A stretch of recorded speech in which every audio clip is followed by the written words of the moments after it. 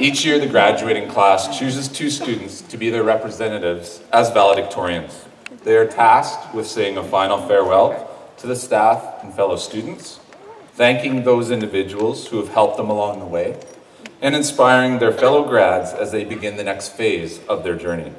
It is my honor to introduce the graduating class of 2017 valedictorians, Nicole Borowicz and Joseph Roberge.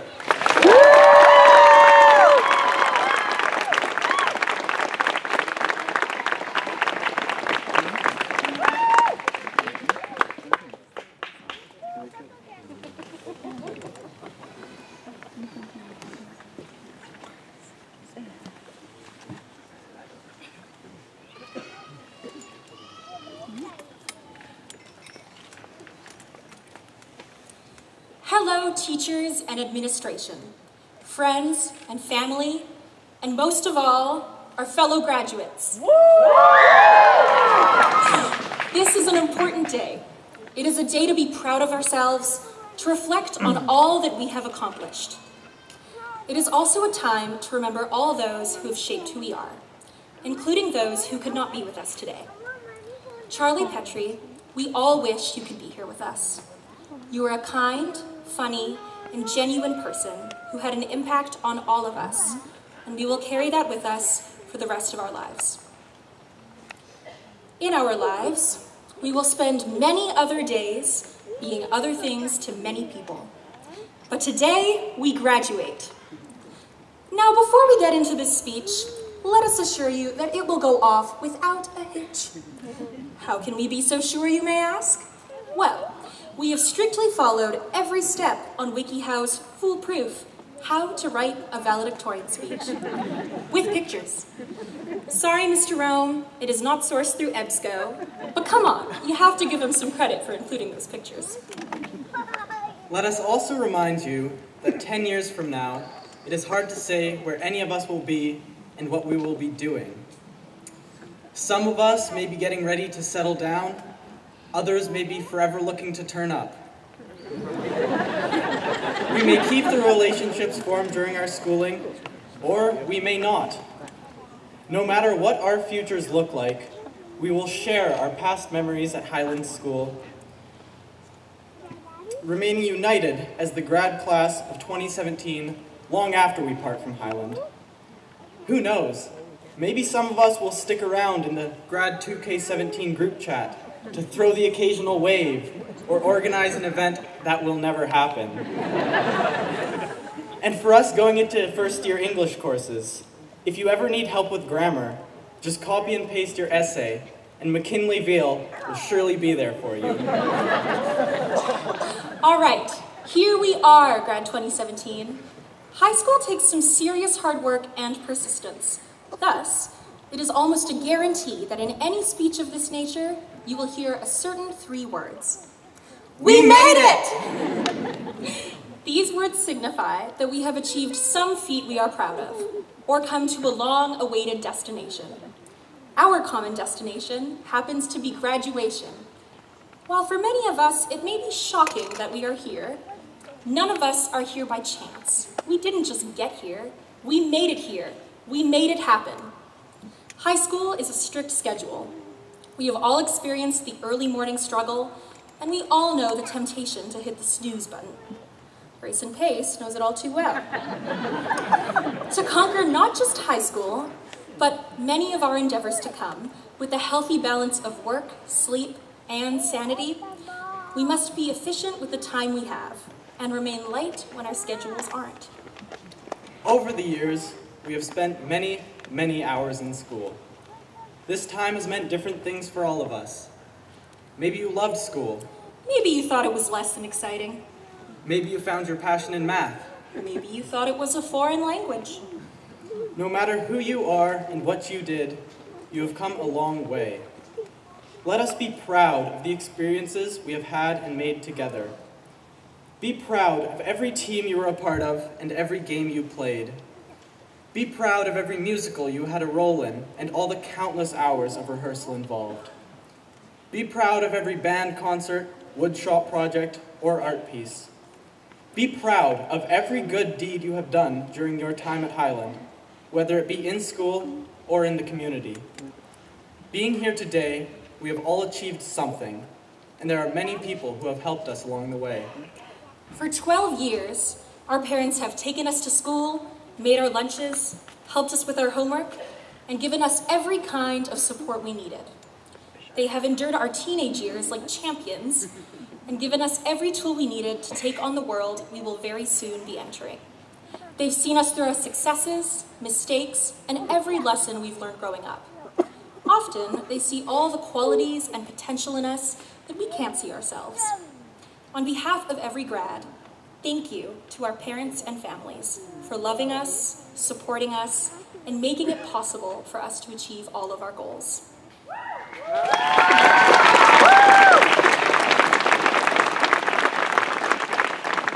Through these 12 years, our teachers have also been with us nearly every day. While we have learned a lot, they have done much more than simply teach us the curriculum.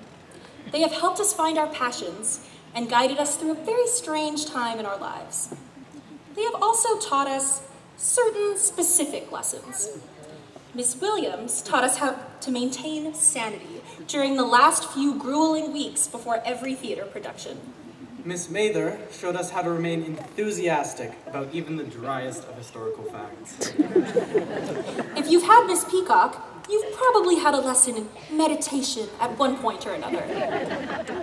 Mr. Hallier taught us to stand and applaud every time he entered the room. And Miss Cox taught us to ignore him. For the past 5 years, nearly a third of our lives, we have continuously become comfortable with ourselves as what we have been, which is high school students. Today, for the first time since the reminiscent days of grade 8, we are not. We worked long and hard to rid ourselves of this title, and on this day we feel sentimental and proud, joyful to no longer be a high school student. But the worry comes in when we are forced to ask ourselves, what are we now? Well, we are high school graduates, something to celebrate and be proud of, yes, but being a graduate doesn't keep you occupied quite like being a student does.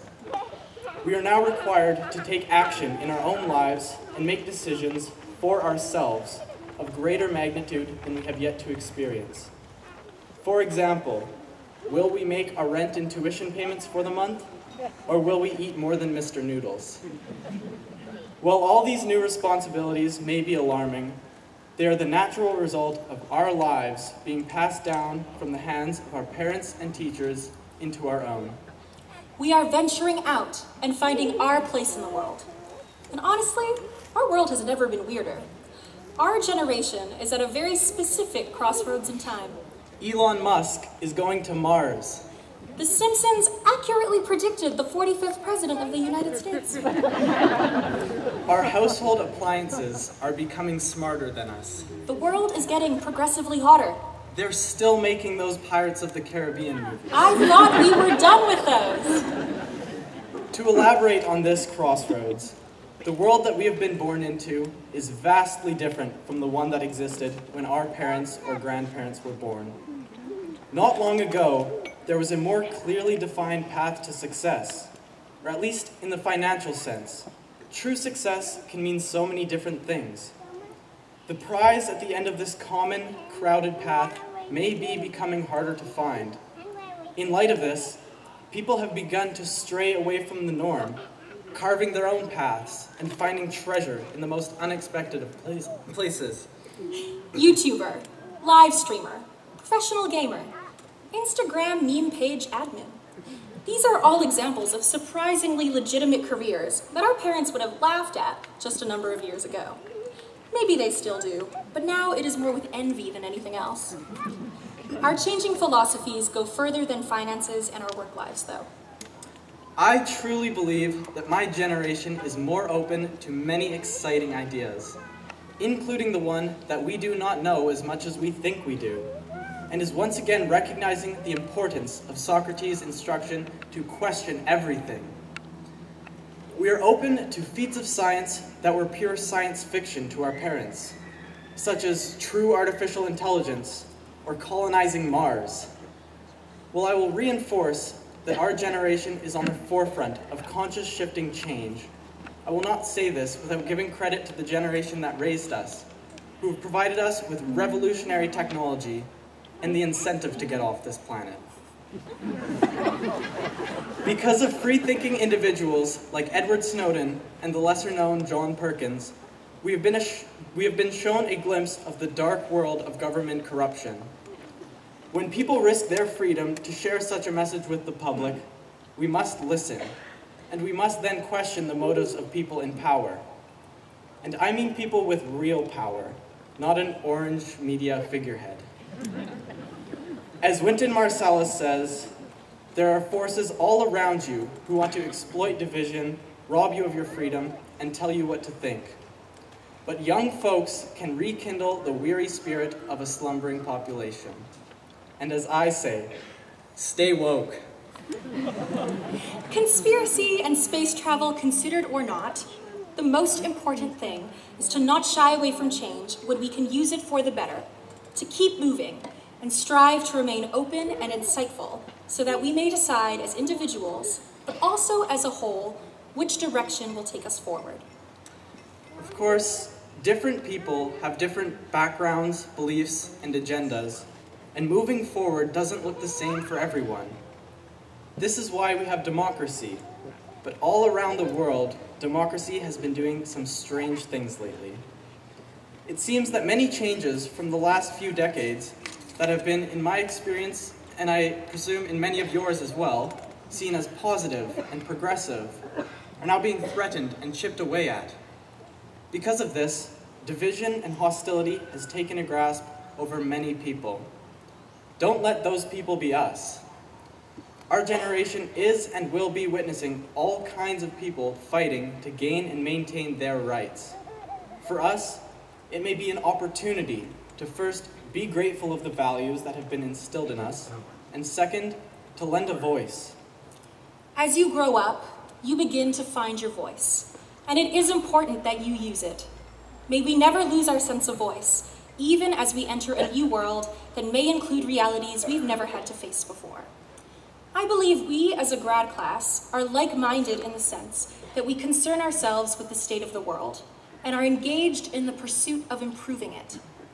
No matter where we are or what field we're in, we can use our skills, the skills we have developed through school or in our own unique lives, to make positive, remarkable impacts.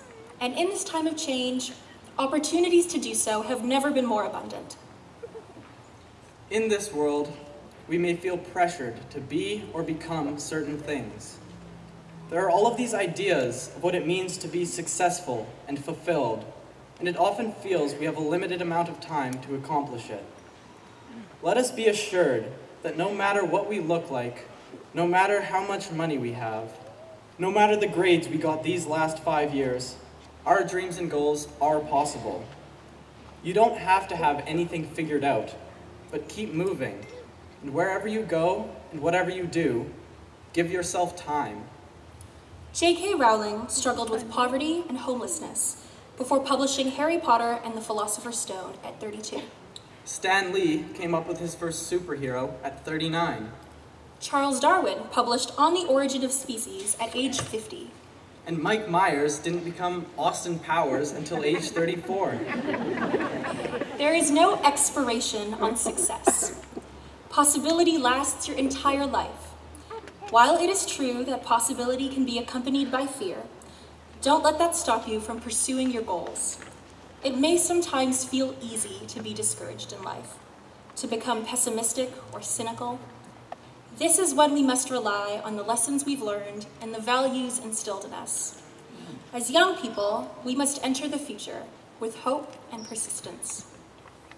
In closing, we'd like to leave you with a quote from F. Scott Fitzgerald that we feel encompasses the message of this speech. For what it's worth, it's never too late or too early to be whoever you want to be. There's no time limit. Start whenever you want. You can change or stay the same. There are no rules to this thing.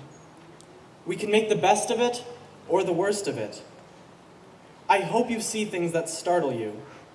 I hope you feel things you've never felt before. I hope you meet people who have a different point of view. I hope you live a life you're proud of. And if you're not, I hope you have the courage to start over again. Congratulations, grad class of 2017!